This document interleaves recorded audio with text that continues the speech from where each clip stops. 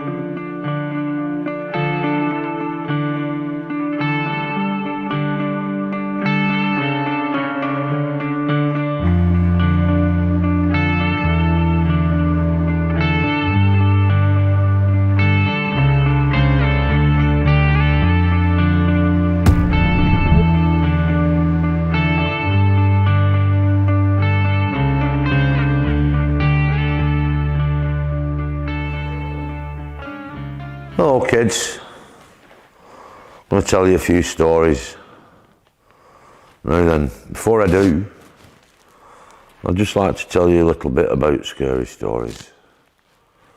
Okay, scary stories I am about to tell you, they're going to take you on a strange and fearsome journey. Where darkness or fog or mist or the sound of a person screaming or a dog howling turns ordinary places into nightmarish places. Where nought is what they expect it be. People have been telling scary stories for as long as time began. But from the first,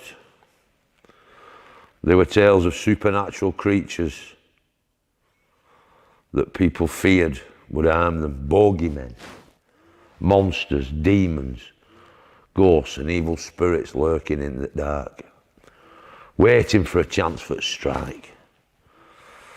We still tell stories about creatures we fear, but not all of them are about bogeymen and monsters.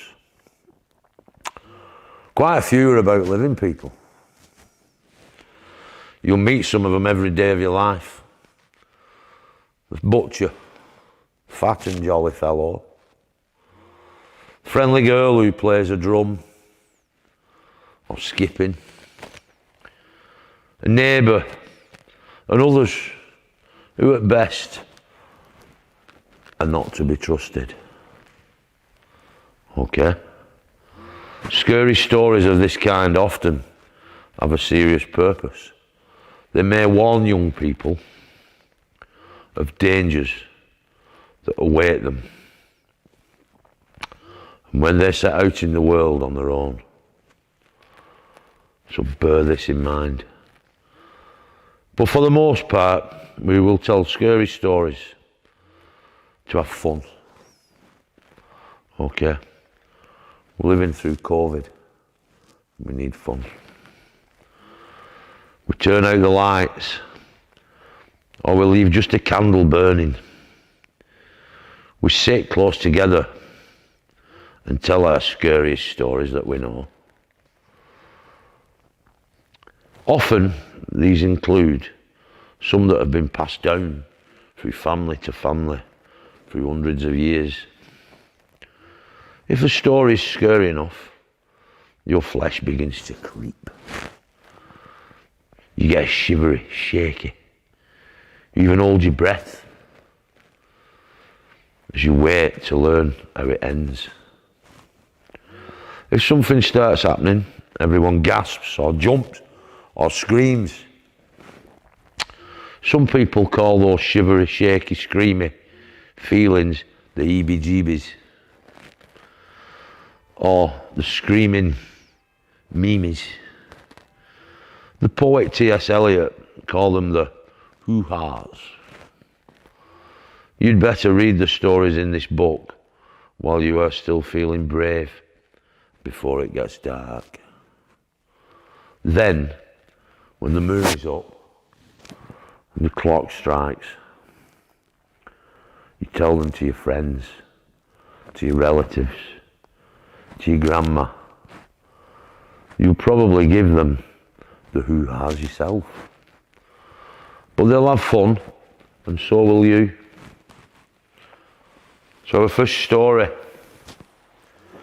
is called Wait Till Martin Comes.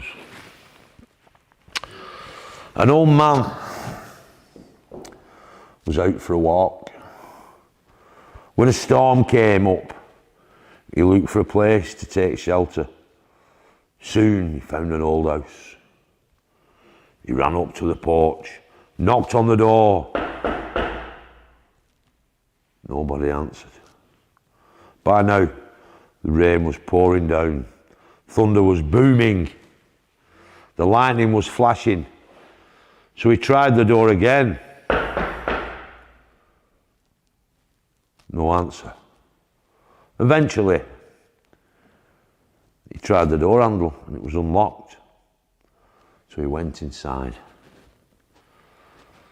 Except for a pile of wooden boxes, the house was empty. He broke up some of the boxes and made a fire with them. Then he sat down in front of the fire and dried himself. It was so warm and cosy he fell asleep. When he woke up, a black cat was sitting near the fire. It stared at him for a while, then it purred. That's a nice cat, he thought, and off he dozed again.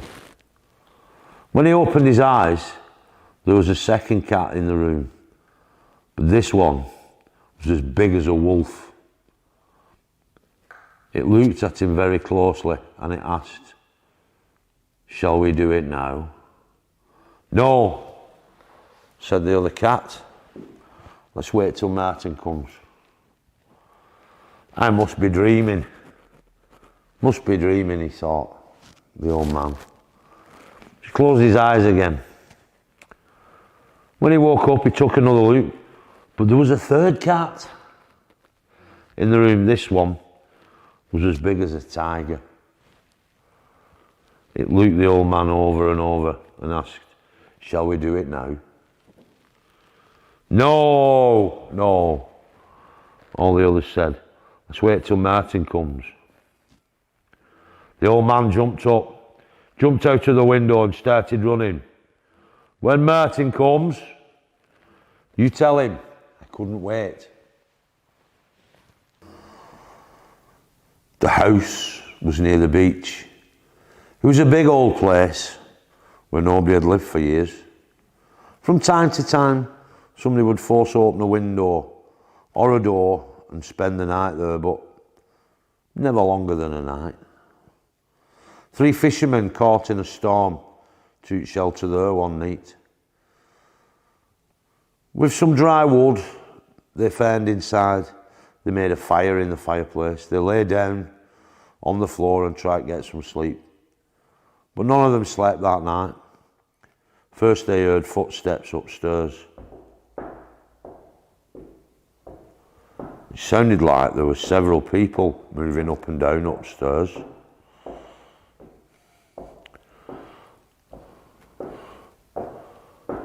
Back and forth. But one of the fishermen called, "Who's up there?" The footsteps stopped. Then they heard a woman scream. The scream turned into a groan and died away. First they heard footsteps upstairs. It sounded like there were several people. One of the fishermen called, "Who's up there?" Footsteps stopped. Then they heard a woman scream. The scream turned into a groan and it died away. Blood began to drip from the ceiling into the room where the fishermen huddled. A small red pool formed on the floor and soaked into the wood. A door upstairs crashed shut, and again the woman screamed, "Not me!" she cried. It sounded as if she was running, her high heels tapping wildly down the hall. "I'll get you!" a man shouted. The floor shook as he chased her.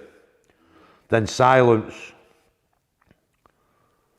There wasn't a sound until the man who had shouted began to laugh.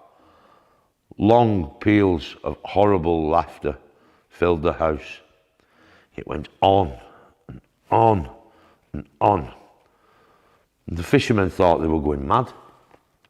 When finally it stopped, the fishermen heard someone coming down the stairs, dragging something very heavy, which bumped on every step.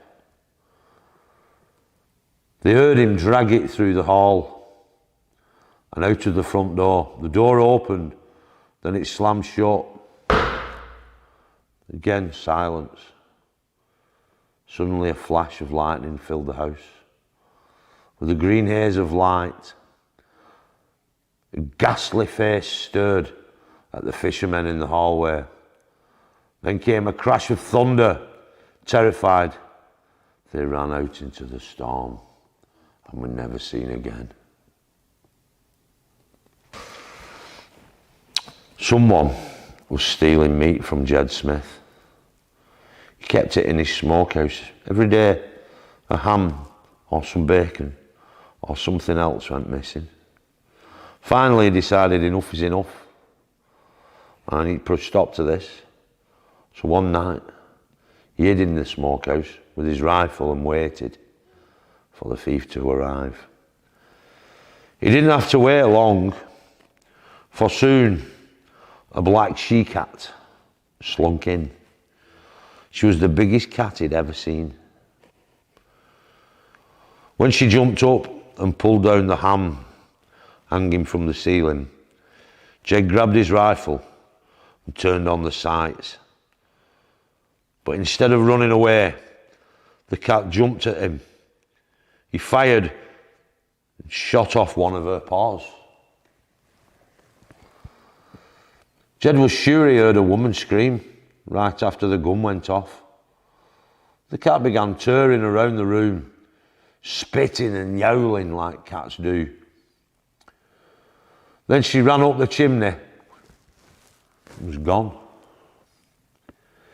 Jed stared at the cat's paw on the floor. Only it wasn't a cat's paw. It was a woman's foot.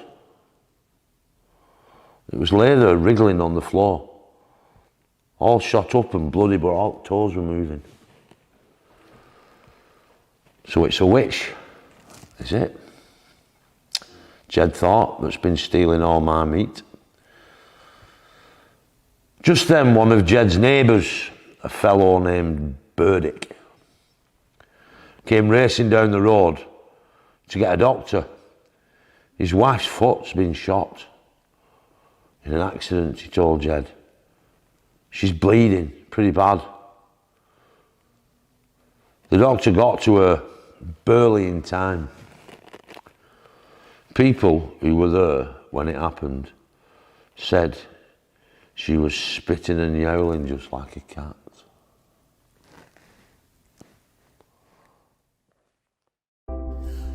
If you've enjoyed watching the Old Courts Live and you'd like to make a donation to support the work we do, please head over to www.theoldcourts.com/donate.